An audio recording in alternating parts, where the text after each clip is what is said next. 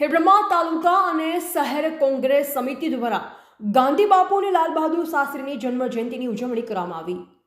ભારત દેશને અંગ્રેજોની ગુલામીમાંથી મુક્તિ અપાવનારા ગુજરાતના પનોતા પુત્ર અને ભારત દેશમાં રાષ્ટ્રપિતાનું જેમને બિરુદ આપવામાં આવ્યું છે તેવા અહિંસાના પૂજારી મોહનદાસ કરમચંદ ગાંધી અને ભારત દેશના પૂર્વ વડાપ્રધાન લાલ બહાદુર શાસ્ત્રી કે જેમણે જય જવાન જય કિસાનનો નારો આપ્યો હતો, આ બંને મહાનુભાવોની જન્મજયંતિ નિમિત્તે ખેડબ્રહ્મા તાલુકા અને શહેર કોંગ્રેસ સમિતિ દ્વારા બંને મહાનુભાવોને યાદ કરી તેમને શ્રદ્ધાસુમન અર્પણ કરવામાં આવ્યા।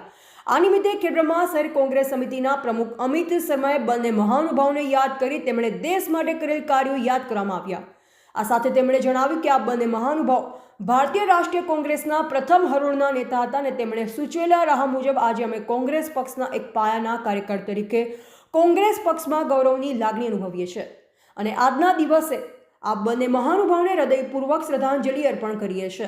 આજના કાર્યક્રમમાં ખેડબ્રહ્મા તાલુકા અને ખેડબ્રહ્મા શહેર કોંગ્રેસ સમિતિના કાર્યક્રમોમાં નગરસેવક દિલીપભાઈ વસાવા, સુરતી કંબાથી બકાભાઈ વ્યાસ, ચાંપલપુરમાંથી દશરથભાઈ પરમાર, સંજયભાઈ ઠાકોર તેમજ હસમુખભાઈ પ્રજાપતિ, કોઈનુરસિંહ વલ્લભભાઈ પટેલ, ભવાનસિંહ વાઘેલા, લાલાભાઈ ભાવસાર, નરેન્દ્રસિંહ ચૌહાણ, રઘુવીરસિંહ સાંખલા, અશોકભાઈ જોશી, આકાશભાઈ ગમાર, અમૃતભાઈ પરમાર, ક્ષિતિજભાઈ રામજીભાઈ મયાત્રા તેમજ મોટી સંખ્યામાં કાર્યકરો ઉપસ્થિત રહ્યા હતા।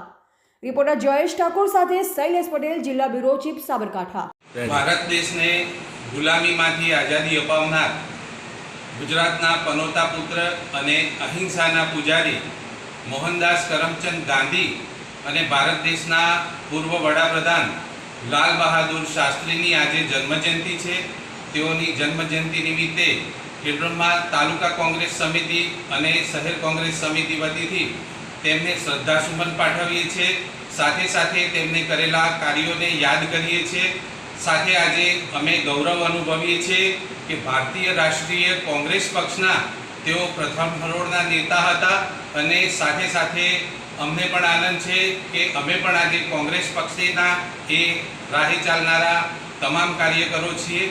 આજે તેમને નમનપૂર્વક યાદ કરીએ છીએ। જય જવાન જય કિસાન, ભારત માતા કી જય, વંદે માતરમ, ગાંધી બાપુ અમર